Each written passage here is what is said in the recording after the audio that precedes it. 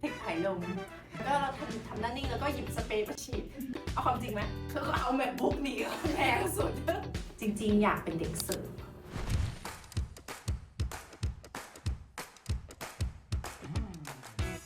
สวัสดีค่ะ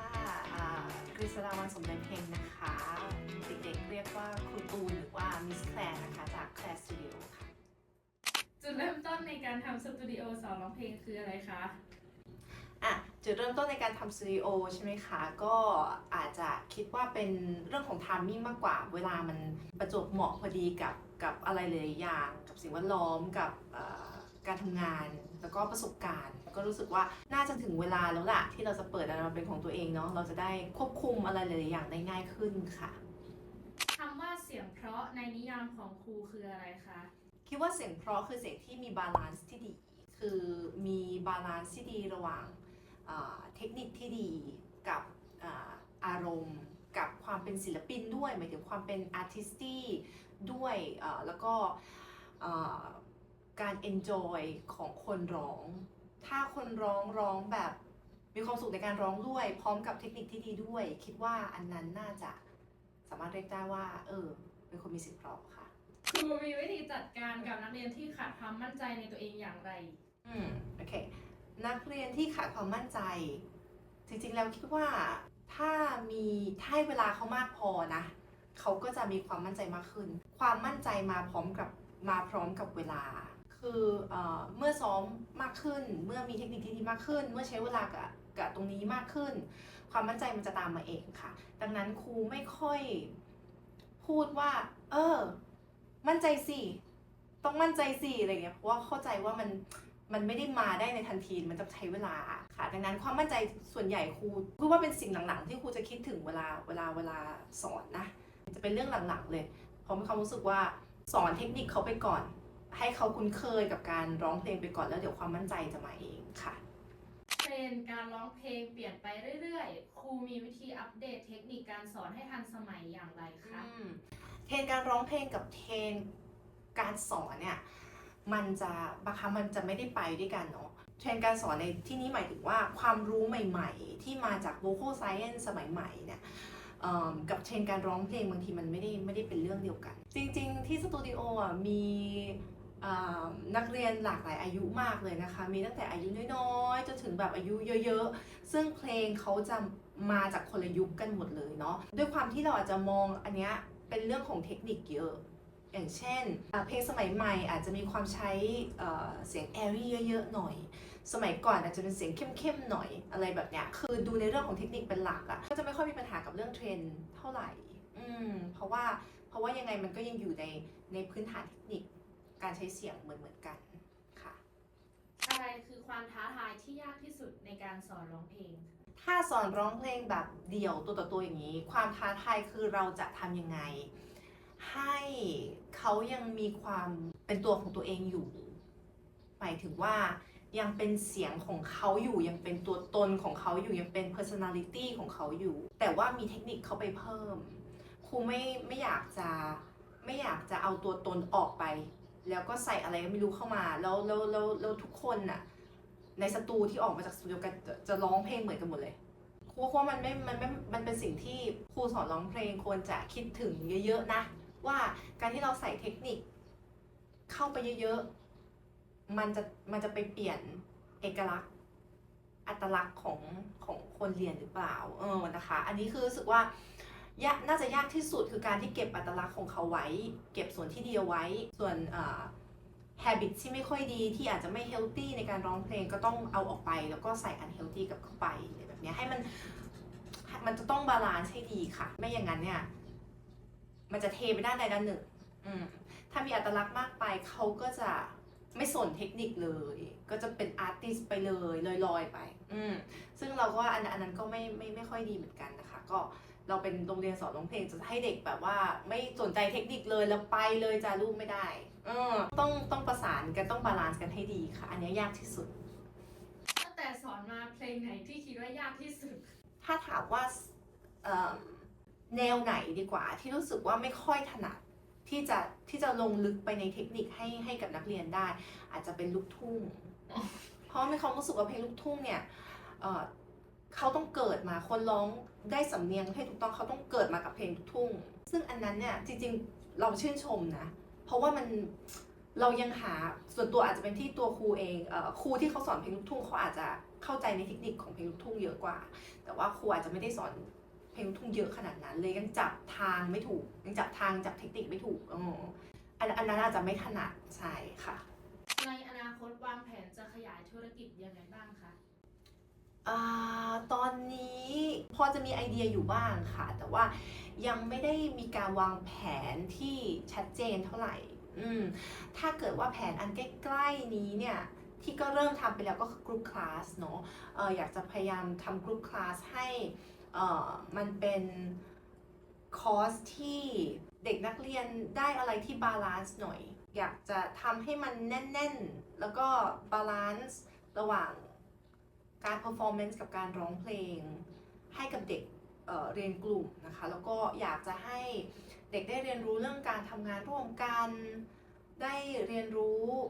เรื่องระเบียบวินัยไปพร้อมๆกับความสุขสนานเพราะความรู้สึกว่ามันไปด้วยกันได้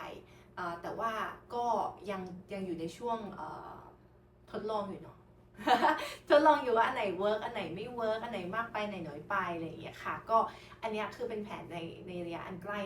ที่กำลังทำอยู่แล้วก็อยากจะทำให้ดีค่ะ คิดว่าที่นี่แตกต่างจากที่อื่นยังไงบ้างคะ ค่ะเราไม่แน่ใจว่าที่อื่นเป็นยังไงเนาะแต่ก็เชื่อว่าสถาบันสอนดนตรีอื่นๆเขามีมาตรฐานอยู่แล้วนะคะแต่ถ้าถามว่าที่คาสตูดิโอเราเน้นอะไรบ้างนะคะก็คือหนึ่งอย่างที่บอกว่าเราเน้นที่จะรักษาความเป็นอัตลักษณ์ของอัตลักษณ์เอกลักษณ์ของนักเรียนเอาไว้ให้มากที่สุดเนาะเราไม่อยากจะบิดเบือนอะไรมากแล้วก็2นักเรียนที่นี่นะคะค่อนข้างที่จะเหมือนทำงานด้วยกันมากกว่าก็คือเข้ามาบอกว่าตัวเองต้องการอะไรอยากได้แบบไหนครูก็ตามใจครูเป็นคนตามใจ ตามใจก็คือเอาเท่าที่ไหวครูก็จะแบบพูดตามความจริงว่าอยากได้เสียงแบบนี้ตอนนี้เราเสียงเป็นแบบนี้อยู่นะเราจะทำยังไงให้มันได้อย่างที่เราอยากจะได้